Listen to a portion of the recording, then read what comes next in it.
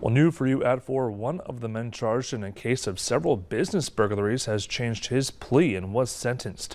Amar Kovacevic was initially charged with burglary, theft, unlawful vehicle entry, and refusal to halt related to the burglaries last December. Now, on Monday, Kovacevic pleaded guilty to 2 burglary charges and 1 theft charge. 3 other charges were dismissed. He was sentenced to 5 years, but will end up serving less than a year.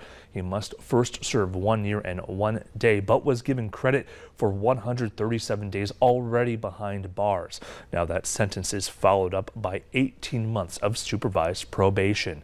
Now, the other man charged in this case, Jacob Aiton, has several open cases related to burglary. He's charged with more than 20 counts across 6 separate court cases between December of last year and this May. Court records show that there is currently a warrant out for his arrest.